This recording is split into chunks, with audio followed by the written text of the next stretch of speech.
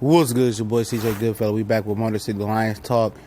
Talking some more Detroit Lions football, doing what we does. And, we talked about Adrian Peterson yesterday and a few media outlets like Sideline Report and a couple other people in the media was talking about bringing Adrian Peterson in because that offensive line, the running game looked bad. But like I said in the video, it's going to take some time for the offensive line to sync and the running back to sync with the offensive line. And, a lot of people pointed out that the Cardinals had a strong front seven, but they lost a lot. Robert Nkemichi didn't play. Calais Campbell had a 3.5 sack day. 4 sacks, I think he had with Jacksonville. They was missing a lot of people up front. They was missing Deion Buchanan, a joker who plays safety and middle linebacker. And, I think the Lions should have done a lot better running the ball. And, I think it's just down to the running backs, man. It maybe could be the offensive line. I have to go look at some more film. But I just don't like the running backs that we have when you're talking about going north and south. Zach Zenner obviously was injured, but I don't think he put on enough size yet. Dwayne Washington is somebody worth keeping because he has a lot of potential. He just got to learn how to run the ball and be patient and stop, trying to force stuff. And Theo Reddick is the joker. He was a slot receiver at Notre Dame, running back. He's just a scat back. He's not going to do anything north and south. And with Amir Abdullah, I just don't see it. I just don't think he's fast enough. I don't think he's big enough. He's durable enough to be the number one option for a running game. A lot of people don't want to hear that because, we diehard Detroit Lions fan, but sometimes you just got to face the fact. And, one thing I didn't like about when they took Amir Abdullah to start it off was the simple fact that he had no straight line speed for a guy that's as small as he does. He's very shifty. He's very quick. But they run like a 4.6, and he has no breakaway speed. And neither does Theo Reddick, They're more quicker than fast. And when you're small in the NFL, it's good to be quick, but you have to be fast as well, And neither one of those guys are fast. Zach Zenner just doesn't have the size to take the pounding. And we need a running back, at least Dwayne Washington, develops or figures it out, and he may never figure it out. And the state of the running game is just be patient. I understand to be patient, but how much longer should we be patient? We haven't had a successful running game since Joique Bell and Reggie Bush. In the first half of that season, did pretty good, and in the latter half of that season, I remember the Philadelphia Eagles game.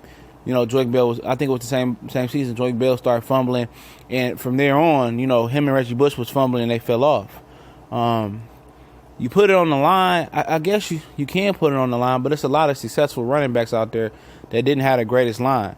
There's a lot of successful running backs out there who didn't have a Matthew Stafford, who didn't, who didn't have to look at who always had to look at an 8-man box. And if you come to Detroit and play with the Lions, you ain't gonna have to see an 8-man box.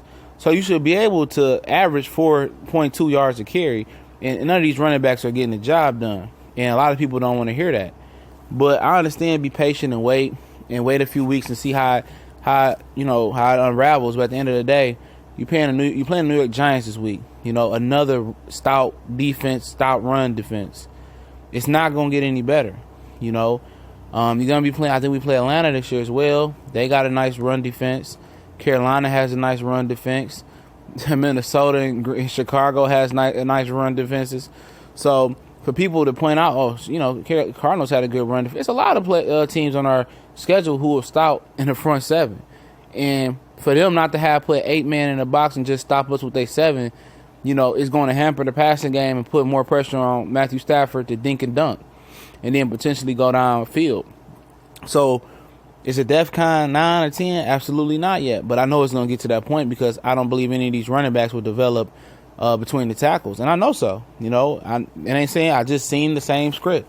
If Abdullah gets hot, then he get injured or he start fumbling. The Zenner get hot, he get injured, he start fumbling. None of these guys are marquee guys, and that's why I just understand why they didn't address this position. They want to do it by committee like the New Orleans Saints do it, but they don't have the talent. New Orleans had Pierre Thomas, Chris Ivy, Reggie Bush at one time. Now they have Alvin Kamara, Adrian Peterson, and Mark Ingram. You know, none of our running backs are as talented as those guys. I'm just being real. And there's talk out there about them bringing Adrian Peterson in. I did a video yesterday. I'm not going to reiterate on that. I'm just saying if you get him for cheap and he had a good run, he looked explosive still in my opinion. He's just a workhorse running back. That means he's not going to do anything with 1, 2, 3, 4 carries. That's what we need. We need a guy that can get 15 to 20 carries, and I think he still has that in him for one more year. And theoretically can take over the scat back, responsibilities, lining up in the slot, coming out the backfield, running in tosses and running outside the tackles. He can do that. Adrian Peterson has enough in his body left to take on, running north and south in between the tackles. In Detroit, he won't see an 8-man box. And if they start putting 8 to stop Adrian Peterson to stop the running game, Matthew Stafford may hit over 55 or 5,500 yards. He going to hit over 5,500 yards easily if you don't have to see an 8-man box. And let's talk about potentially bringing Sammy Hill in from the Bengals. He has a bit of a fumbling issue, but he's a very good power back that to complement Abdullah or Theoretic very well. He's a guy that's worth taking a chance on, depending on what you can get for him. And just the state of the Lions running game, it's been awful for years. It's one of the reasons why Matthew Stafford can't get a playoff win. It's one of the reasons why we don't have a playoff win since, 91. We haven't been able to run the ball with any consistency. We haven't been able to find a running back that can compare to even James White, who had, I think, the last 1,000-yard season by a Detroit Lion running back. I remember, was it Kevin Jones or somebody else? I can't remember.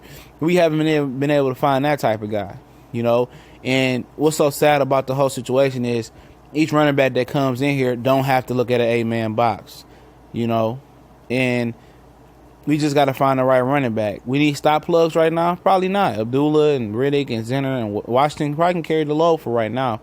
But in the future, they're going to have to find them the running back, a Fournette, or Zeke Elliott or somebody of that nature to really, for Matthew Stafford to really get over the hump. And I think it's imperative for us to find a running back to help Stafford get over that hump. And I think that's what we are missing. But I'm gone.